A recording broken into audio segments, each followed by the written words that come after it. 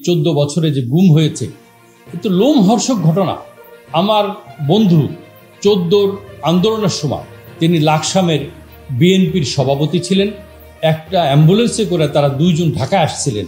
মাঝপথে র্যাব নারায়ণগঞ্জের যিনি দায়িত্ব ছিলেন লেফটেন্যান্ট কর্নেল তাদেরকে নিয়ে হত্যা করেন।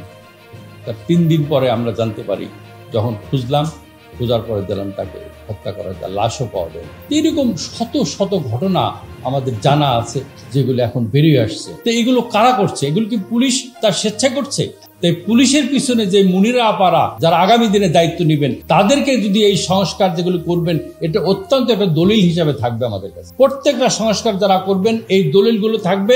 এইটা কিন্তু আমাদের জন্য একটা বাইবেল হিসেবে আমরা যেই রাজনৈতিক দলে আসুক তাদেরকে বলবো যে এই সংস্কার করেছেন কিনা, এবং আপনারা যারা রাজনীতি করেন আপনাদের যদি ম্যানিফেস্টোতে এই সংস্কারগুলো তুলে ধরেন তাহলে তাদেরকে কিন্তু আমরা নির্বাচিত করবো আগামী দিনে।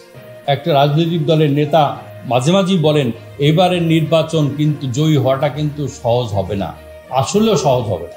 আমরা এবার দেখব যে তিনি কমিটমেন্ট রাখবেন, আগামী দিন তিনি ক্ষমতা গিয়ে আর এক স্বৈরাচার হবেন না, তার বিরুদ্ধে আবার শত শত হাজার হাজার ছেলে মেয়েরা রক্ত দিবে না। এইটা আমাদেরকে যারা নিশ্চয়তা দিতে পারবেন তাদেরকে কিন্তু আমরা নির্বাচিত করব।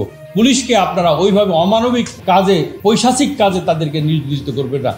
এটা হিটলার মুসলিনকে তারা ছাড়াই গেছে। আজকের পুলিশ বাহিনী তাদের পিছনে কারা, এবং তাদের যদি দৃষ্টান্তমূলক শাস্তি না হয় তাহলে আগামী দিনে যারা ক্ষমতায় আসবেন তারাও কিন্তু শিক্ষা গ্রহণ করবেন না।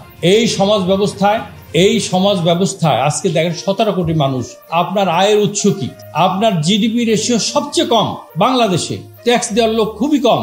আমরা নেপালের চেয়েও পিছিয়ে আছি ট্যাক্স জিডিপি রেশিওতে। আজকে পুলিশ বাহিনীর তো একজন বলতেছিল, পুলিশের আমাকে অনেকেই বলছেন দেখেন ভাই আমাদের যে আসামি হয়, আসামির যে খাবার টাকা বরাদ্দ হয় ওটা দেওয়া হয় না, তা আমি টাকাটা পাবো কোথায়?